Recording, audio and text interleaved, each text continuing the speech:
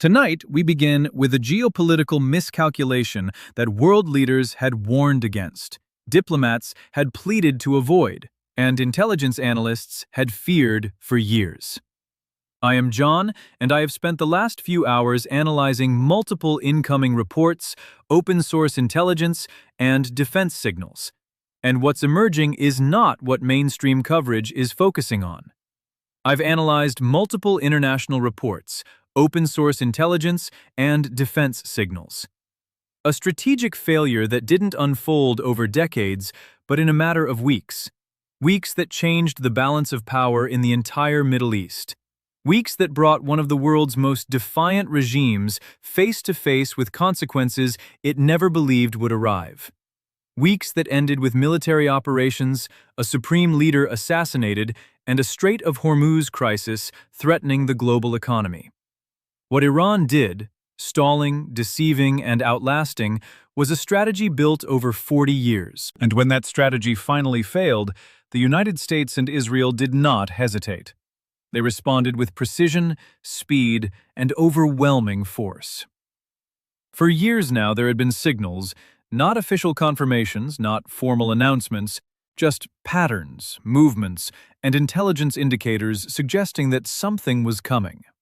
According to the IAEA's confidential report dated May 2025 and cross-referenced with open-source intelligence, Iran was preparing something deeply alarming.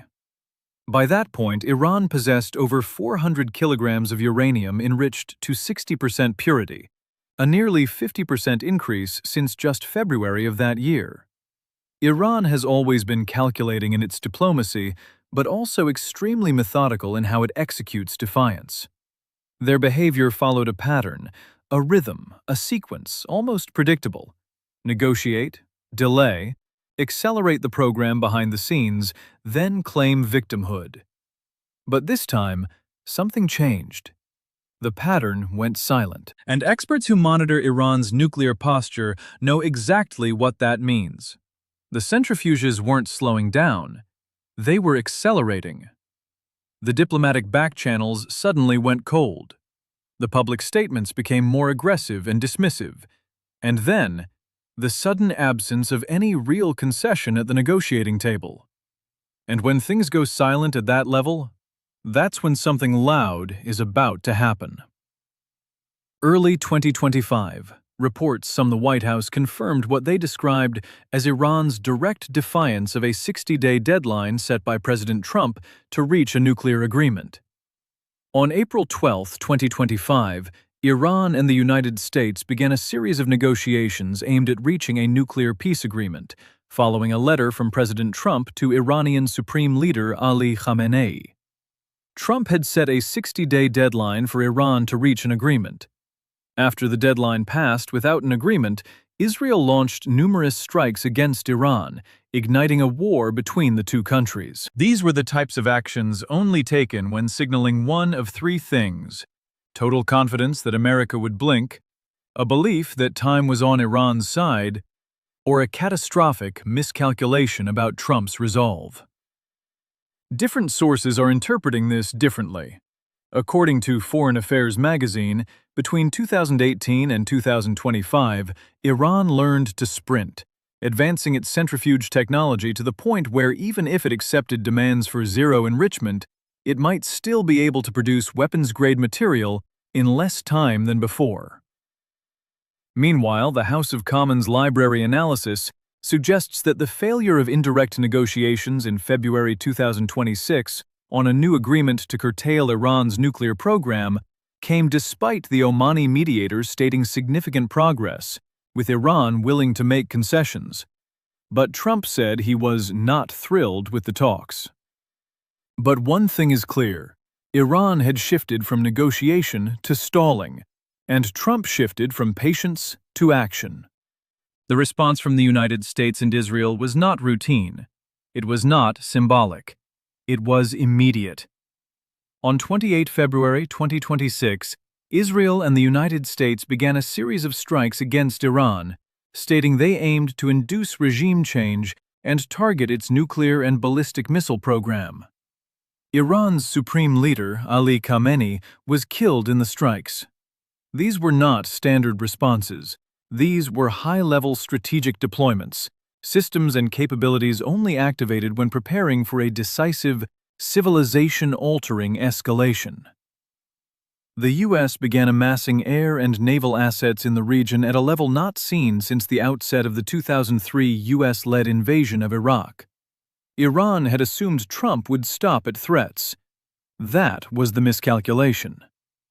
Tonight, multiple reports confirm that the U.S. and Israel carried out coordinated strikes targeting nuclear enrichment facilities at Natanz and Fordo, senior military commanders and government leadership structures, Iran's naval and missile capabilities across multiple locations. According to Admiral Brad Cooper of U.S. Central Command, the U.S. struck over 8,000 military targets during the conflict, including 130 Iranian vessels, what he described as the largest elimination of a navy over a 3-week period since World War II. This was not random. This was strategic dismantling of operational infrastructure.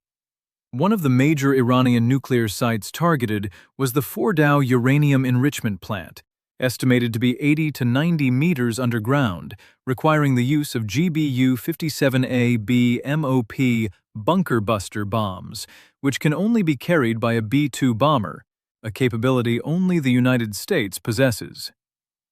They didn't act recklessly. They didn't overextend. They hit exactly what mattered. And this is where the situation becomes more serious. Analysts now believe that Iran's entire strategy was built around one core assumption: that Trump, like every American president before him, would ultimately choose negotiation over confrontation, sanctions over bombs, and political image over military action, to see whether Washington would hesitate. But they didn't. The U.S. and Israel responded with precision, speed, and strategic clarity. This wasn't just a reaction. It was a message to every adversary watching. The era of outlasting American resolve through procedural delay is over. Iran's best centrifuges had become roughly 6 times as efficient as the ones that existed in 2015, and the country had dramatically improved its installation speed, compressing the timeline needed to produce material for a nuclear weapon, even if forced to rebuild from scratch.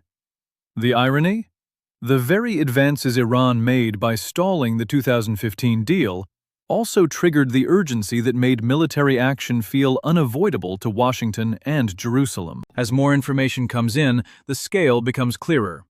Iran launched hundreds of drones and ballistic missiles at Israel, U.S. military bases in the region, and at neighboring Arab countries including Bahrain, Jordan, Kuwait, Oman, Qatar, Saudi Arabia, and the United Arab Emirates. Israel and the U.S. targeted military bases, command infrastructure, and nuclear-related facilities across Iranian territory, with strikes that, according to early assessments, severely damaged Iran's operational military capacity. Iran also closed the Strait of Hormuz, a major global trade route, as part of its counter-response, sending shock waves through international energy markets. This wasn't a small incident.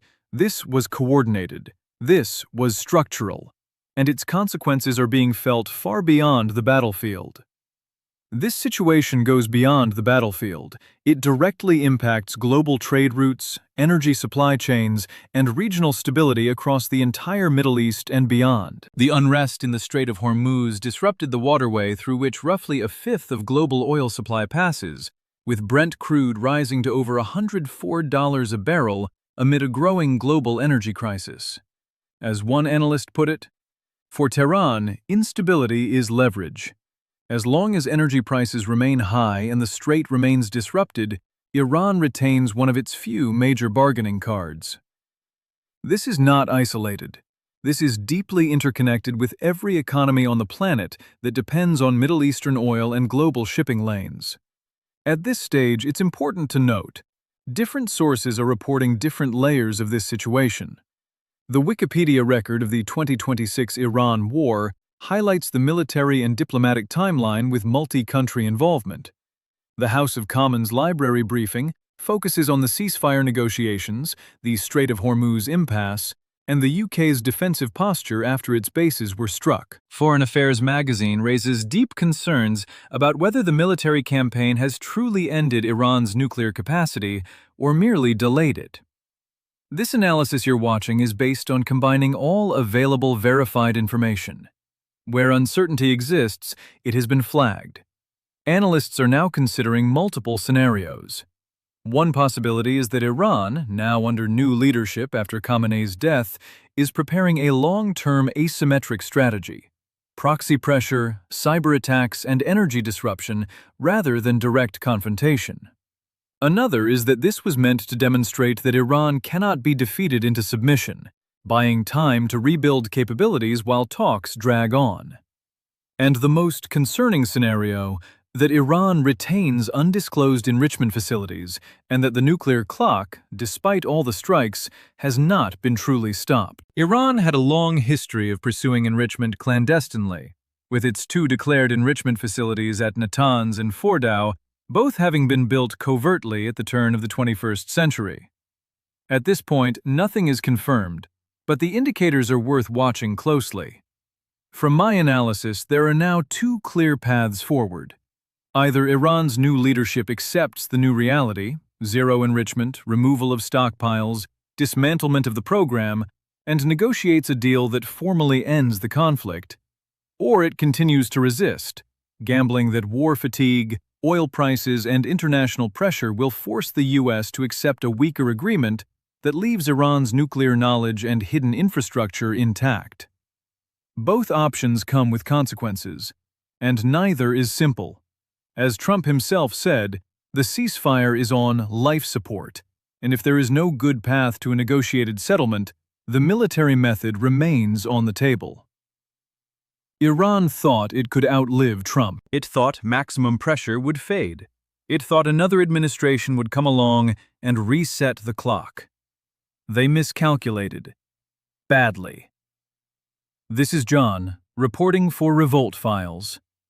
All analysis in this report is based on publicly available data, open-source intelligence, and evolving information, including reporting from Wikipedia's documented timeline of the 2026 Iran war, the UK House of Commons Library Briefing, PBS NewsHour, NPR, Time Magazine, Foreign Affairs, the Center for Arms Control and Non-Proliferation, and the Times of Israel. Situations like these can change rapidly, and early reports may be revised as more verified information becomes available. If you found this breakdown useful, make sure to subscribe and turn on notifications, because we track these developments in real time. And I want to hear your analysis. What do you think happens next? Does Iran accept a deal, or does this escalate further? Drop your assessment in the comments, because in situations like this, every perspective matters.